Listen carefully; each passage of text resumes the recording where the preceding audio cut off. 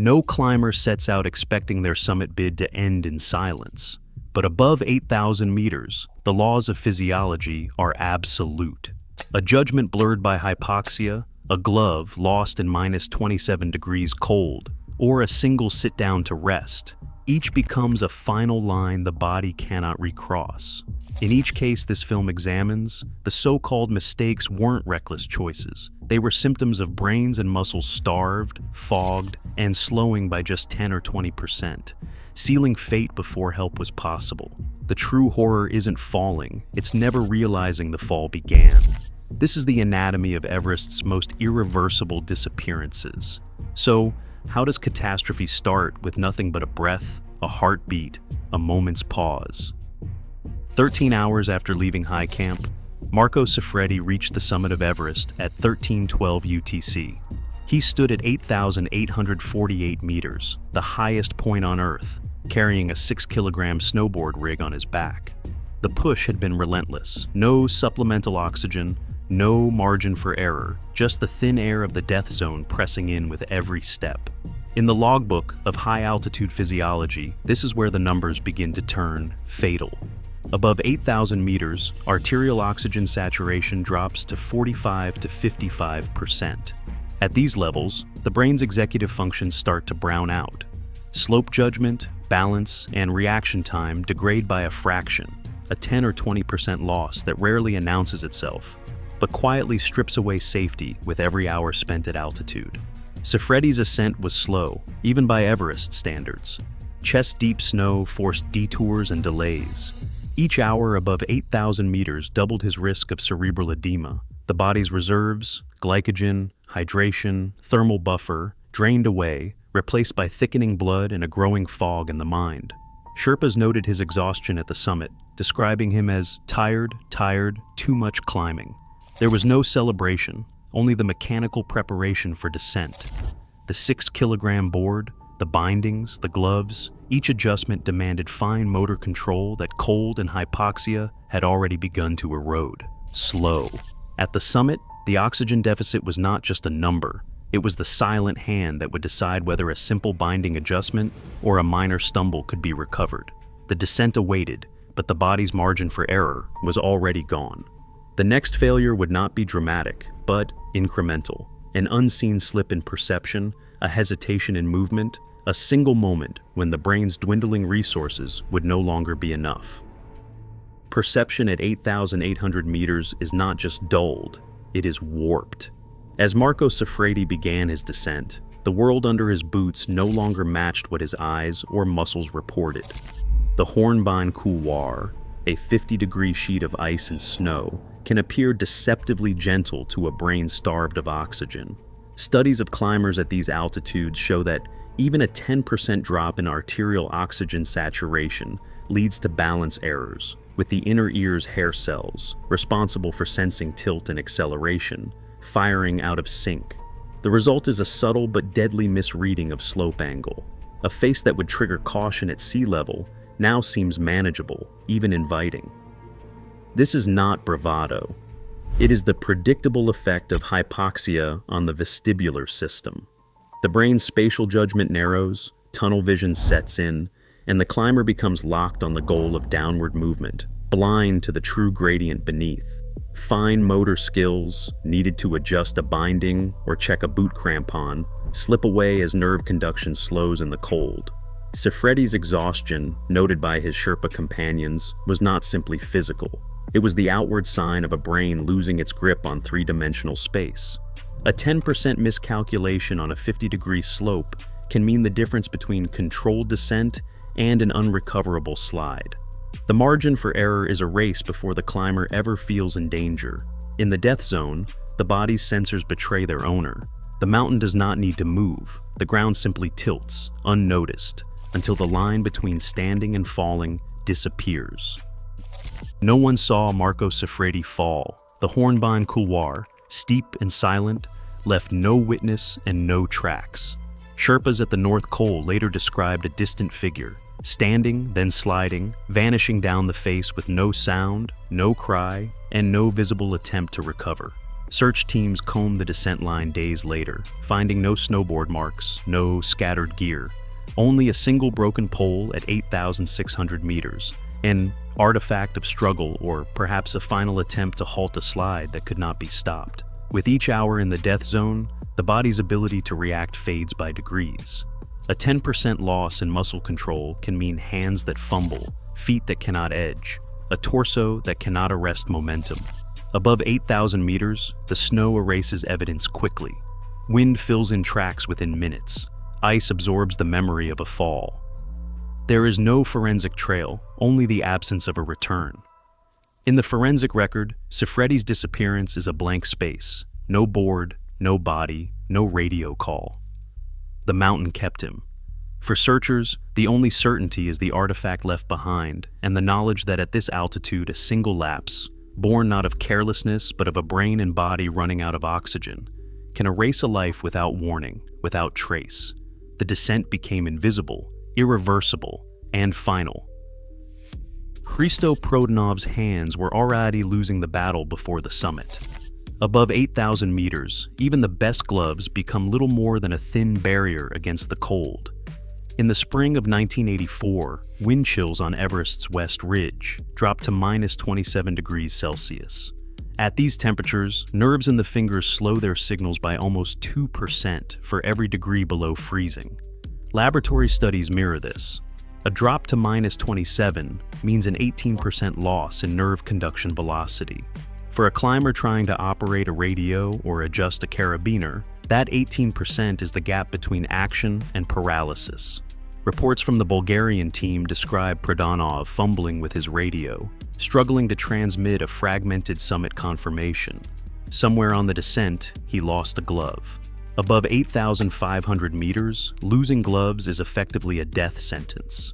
Bare skin in this cold freezes in minutes, and the loss of dexterity is immediate.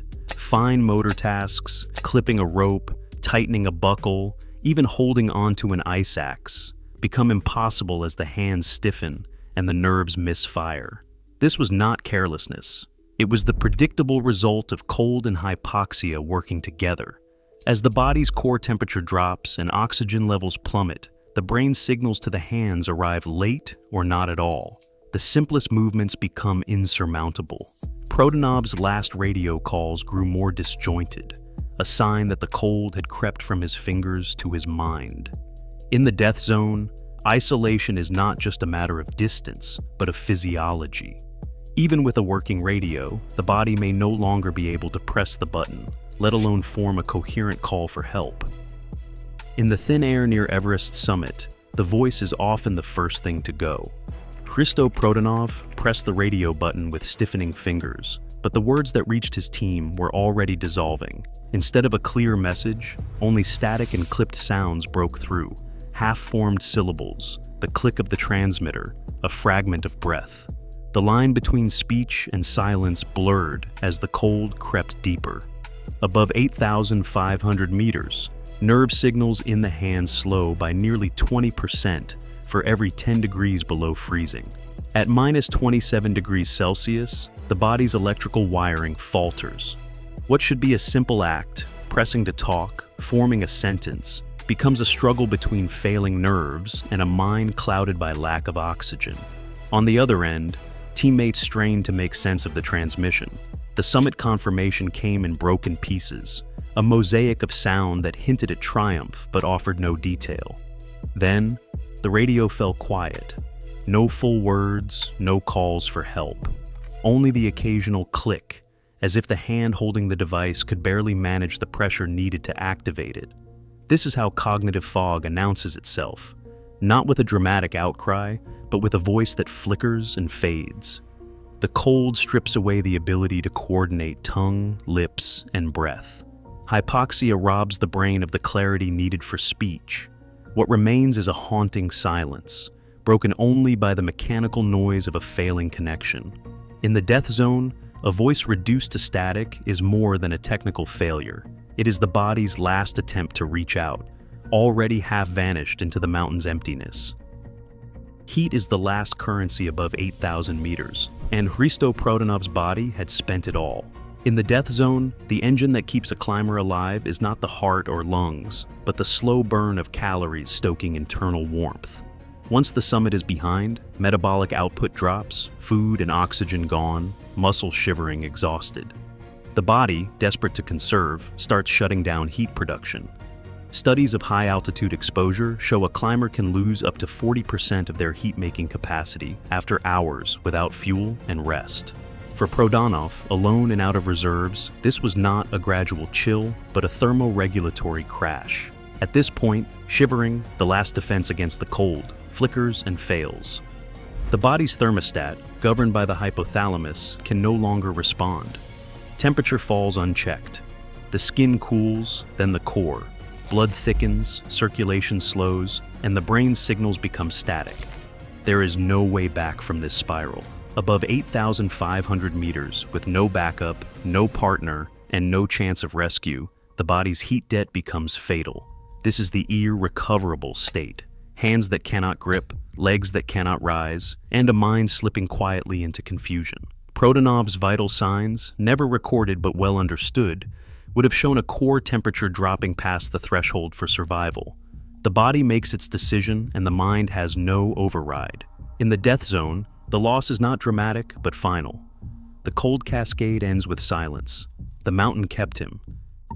Inside the death zone, numbers don't just describe decline, they chart the body's free fall. In studies of Everest climbers, EEG traces reveal a 22% drop in executive function within 40 minutes of sustained hypoxia above 8,000 meters. This is not a subtle blip.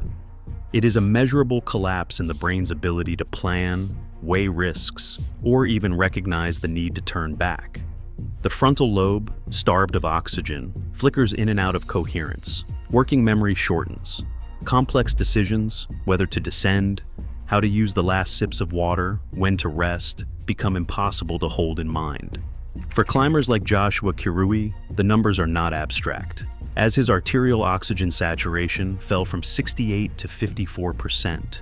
The metrics mapped directly onto behavior. 40 minutes in, the EEG would show a sharp reduction in the N2 and ERN signals, the markers of error detection and self-correction. This is when stubbornness replaces strategy. The climber ignores radio calls, refuses help, and insists on pushing upward, convinced of clarity, while the brain is already tunneling into confusion. Blood chemistry follows the same downward spiral. Dehydration thickens blood viscosity from a normal 3 centipoise at sea level to over 6 in the death zone, doubling the strain on the heart and further starving the brain. The body's sensors, once precise, now misfire. Grip strength drops by 15%. Balance errors multiply. The margin for error shrinks with every passing minute, yet the climber feels only a vague fatigue, a shadow of the true crisis unfolding in neural circuits and capillaries. In these 40 minutes, the data becomes fate. The body is locked into a physiological descent long before the mind can admit it. 6 hours passed in the death zone as Joshua Kirui and Nawang Sherpa circled the same patch of ice, voices growing thin and movements slowing. At first, base camp radioed instructions: turn back, descend, take oxygen. Kirui's replies, once clear, became stubborn refusals. He insisted he could continue, that he was fine, that help was not needed. To those listening, it sounded like pride or defiance. But inside Kirui's brain, the story was different. Hypoxia strips away the brain's executive control, starting with the prefrontal cortex. The circuits that weigh risk, process warnings, and inhibit bad decisions begin to falter as arterial oxygen saturation drops below 60%. In laboratory studies, this loss of inhibition is silent. Subjects push buttons when told not to, ignore instructions, and fixate on a single goal even as judgment collapses. On Everest, the effect is magnified by cold and exhaustion. Kirui's refusal was not a choice made in clarity, but the predictable outcome of a brain starved for oxygen, locked in cognitive tunneling. The mind clings to the summit, unable to process retreat. Nawang, less experienced and under pressure to support his climber, stayed close. His own judgment dulled by fatigue and altitude, he echoed Kirui's decisions. Dialogue between the two became a closed loop, each reinforcing the other's confusion, each missing the early signs of disaster. Base camp's pleas faded into the static of failing radios and failing minds. 6 hours in the death zone is enough to double the risk of cerebral edema, enough to turn a simple disagreement into an irreversible spiral. From the outside, it looks like stubbornness or denial. In reality, it is biology overriding will. The body's sensors misfire, and the mind's warnings are lost in the fog. Above 8,000 meters, the line between determination and disaster is drawn not by character, but by oxygen. 6 hours into the death zone, the body's final limit arrives not with a dramatic collapse, but with the slow, silent loss of the simplest function, standing. In the last phase of exhaustion and hypoxia, the muscles that once bore the climber's weight begin to fail. Footload studies on Everest have shown that, above 8,000 meters, climbers lose up to 30% of their ability to support themselves. This is not a sudden drop. It is a gradual, invisible draining away of strength and coordination, as neural signals from brain to muscle become weaker and less reliable with every hour spent in thin air and cold. Joshua, Kirui, and Nawang Sherpa, circling the same patch of ice, reached a point where neither could rise without assistance. The body's own sensors, those that tell a climber how much pressure is on each foot, how to shift weight to compensate for a slip, began to misfire. The neural drive from brain to leg faltered, leaving the feet numb and the knees buckling. Even the act of shifting position became a monumental task. In laboratory settings, this loss of load-bearing capacity is measured in percentages, but on Everest, it is measured in the inability to take a step, to stand upright, or to recover from a stumble. The mind may still urge movement, but the body refuses. This is not stubbornness or a lack of willpower. It is the endpoint of a cascade that began with mild fatigue and ended with the total arrest of voluntary motion. Silence follows. There are no more radio calls, no more attempts to rise. The mountain does not need to sweep a climber away. Sometimes all it takes is for the body to give out, leaving the climber seated, unable to stand, as the cold closes in. At 8:45 a.m., Michael Matthews and his teammates stood on the summit of Everest, posing for the camera against a sky so thin it barely seemed to hold color. The relief was immediate, a rush of accomplishment, a sense that the hardest part was behind them.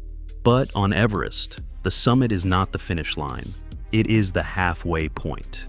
Every minute spent above 8,000 meters is a minute borrowed from a body already deep in deficit. The oxygen debt, the heat loss, the dehydration, do not reset at the top. They accumulate quietly, with each breath and every step delayed. 12 minutes slipped by as Matthews lingered, savoring the view and the moment. In the death zone, this pause is not a luxury. It is a cost. The body's reserves were already running low, and the thin air offered no chance to recover. Time management errors at this altitude are measured not in hours, but in the slow, invisible tipping of physiological scales. A short rest can mean the difference between a controlled descent and a fatal stall. Summit photos capture smiles, but not the mounting exhaustion behind them. Matthews' teammates later recalled the subtle signs, slower movements, a reluctance to leave, a vague sense of security. The halfway illusion is powerful. For many climbers, reaching the top feels like victory, but the descent is where the body's silent failures begin to surface. Above 8,000 meters, the smallest delay can tip a climber from survival into irreversible decline. The mountain does not warn, it simply waits as deficits accrue, turning triumph into the beginning of the most dangerous phase. A 3% drop in grip strength is almost imperceptible at sea level. A loose handshake, a missed button. At 8,800 meters, that same loss is a warning shot. The body's capacities do not fail all at once. They erode in increments, stacking deficits until the sum is fatal. Each hour spent above 8,000 meters shaves another percentage point from reaction time, muscle coordination, and core temperature. A 5% reduction in balance control means the difference between catching a slip and sliding out of view. A 7% loss in thermal output turns shivering from a defense into a sign of collapse. Blood, thickened by dehydration, moves 24% slower through capillaries than it would at sea level, starving fingers and toes of warmth and oxygen. These numbers are not just statistics, they are the silent countdowns running inside every climber in the death zone. A climber who lingers even 10 minutes too long at the summit accumulates another 2% drop in executive function, another 3% in muscle endurance, another 4% in grip. The losses layer, invisible but cumulative, until the body's total capacity approaches zero. A bar chart of these deficits would show a slow but relentless march downward. Oxygen saturation dipping below 50%, nerve conduction velocity dropping by 20%, blood viscosity doubling. No single decrement is catastrophic, but together they create a trap from which there is no escape. The hardware of survival, hands, feet, mind, slips out of calibration, and the margin for error vanishes. Above 8,000 meters, the body is dismantled by percentages, not by drama. The mountain waits for the sum. The mechanical failures at altitude are rarely dramatic. They are quiet, cumulative, and final. On Everest's southeast ridge, forensic evidence from Michael Matthews' 1999 descent tells the story in objects left behind. His harness was found with a carabiner unclipped, rope trailing free. The GPS coordinates logged by his watch placed him far off the intended route, on a slope that no one would have chosen with a clear mind. There were no signs of panic, no desperate attempts to climb back. Instead, the pattern matched a slow drift, one that begins with a 3% drop in grip strength and ends with a hand unable to lock a connector, a foot unable to edge into safety. At sea level, unclipping a carabiner is a simple, practiced motion. Above 8,000 meters, as cold and hypoxia combine, the fingers stiffen and the nerves misfire. Laboratory studies show that at minus 25 degrees Celsius, nerve conduction in the hands slows by nearly 20%. The difference between a secure attachment and a fatal slip becomes a matter of milliseconds and millimeters. Matthews' gear was in working order. The failure was not in the equipment, but in the body's ability to use it. The GPS track veered steadily away from the ridgeline, tracing a path into featureless white. This is not a navigational blunder in the usual sense. It is the result of degraded spatial awareness, vestibular errors stacking up until the climber no longer trusts the evidence of his own eyes or feet. The forensic record shows no single catastrophic event, only a series of minor lapses, an unclipped rope, a missed anchor, a wrong turn. Each is a physical echo of the body's invisible decline, the sum of small deficits pushing the climber beyond recovery. The mountain does not need to take action. It only waits for the margin to disappear. The West Bengal government-sponsored team set out on their summit bid with a deadline that was not just personal, but institutional. The pressure came from outside the death zone, official telegrams from the state's sports ministry, funding tied to a successful summit, and a schedule that left no room for delay. At base camp, Rajat Singh, the expedition's government liaison, relayed the message: reach the summit by May 21st, or risk losing support. This was not a suggestion. It was an order, delivered in bureaucratic language, but ringing with urgency. The climbers, already deep in oxygen debt, carried not only their own ambition, but the weight of state pride and public expectation. On the mountain, the clock became a second adversary. The deadline did not care about the body's slow collapse above 8,000 meters. It did not account for the way dehydration thickens blood, how hypoxia clouds judgment, or how a 10% drop in reaction speed can turn a minor slip into a terminal event. The team's schedule, set in an office far below the snow line, demanded progress even as the body's reserves drained away. The physiological backlash was invisible but absolute, a forced march against biology, with every hour above the death zone doubling the risk of irreversible failure. Radio calls from base camp grew sharper as the summit window narrowed. Singh's voice, filtered through static and altitude, reminded the climbers of their obligation to the state. In this conflict between policy and physiology, the mountain was indifferent. The body's limits could not be negotiated or postponed. The institutional push for success became a trap, binding the team to a timeline that biology could not honor. The final hours were spent not in pursuit of glory, but in a race against a clock that only counted down. Blood is not just a carrier of oxygen at high altitude, it becomes the medium through which fate is sealed. In the death zone, the body loses water at a rate of more than 1.2 liters every 24 hours, even without visible sweating. The air is so dry, each breath strips away moisture, and the kidneys, pressed to conserve, concentrate what little fluid remains. As dehydration progresses, blood viscosity rises from a normal 3 centipoise at sea level to over 6.4 in the death zone. This doubling transforms blood from a flowing liquid into a sluggish current. The heart must force each beat against mounting resistance, straining to propel thickened plasma through narrow, frostbitten capillaries. The consequences are immediate and silent. Cerebral perfusion, the delivery of oxygen-rich blood to the brain, drops as viscosity rises.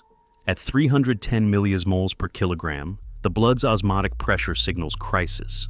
The brain, starved for both oxygen and fluid, begins to shut down non-essential functions. Executive control flickers, reaction time slows, and the sense of fatigue becomes overwhelming. Energy collapse is not a metaphor here. It is a measurable loss, visible in the way climbers move, speak, and finally, stop. Muscles that once bore the weight of a climber now refuse to contract. The simple act of standing becomes impossible. This is the unseen metric of fluid loss. Dehydration does not announce itself with thirst, but with a creeping heaviness, limbs that will not lift, a mind that cannot rally, a will that dissolves into the snow. The sit-down, so often described as a decision, is in fact the body's final surrender to physics. Above 8,000 meters, the thickening of blood is the quiet executioner. The mountain does not have to move. Viscosity alone is enough to end the climb. There is a moment on Everest when the body's final posture becomes the only evidence left behind. In the death zone, the irreversible stop is not a dramatic collapse, but a slow, silent surrender to physics and physiology. Forensic photographs from the mountain's upper slopes show climbers seated upright, backs pressed against their packs, knees drawn to the chest or sprawled at odd angles. Harnesses remain clipped, gloves still on, sometimes with oxygen masks frozen in place.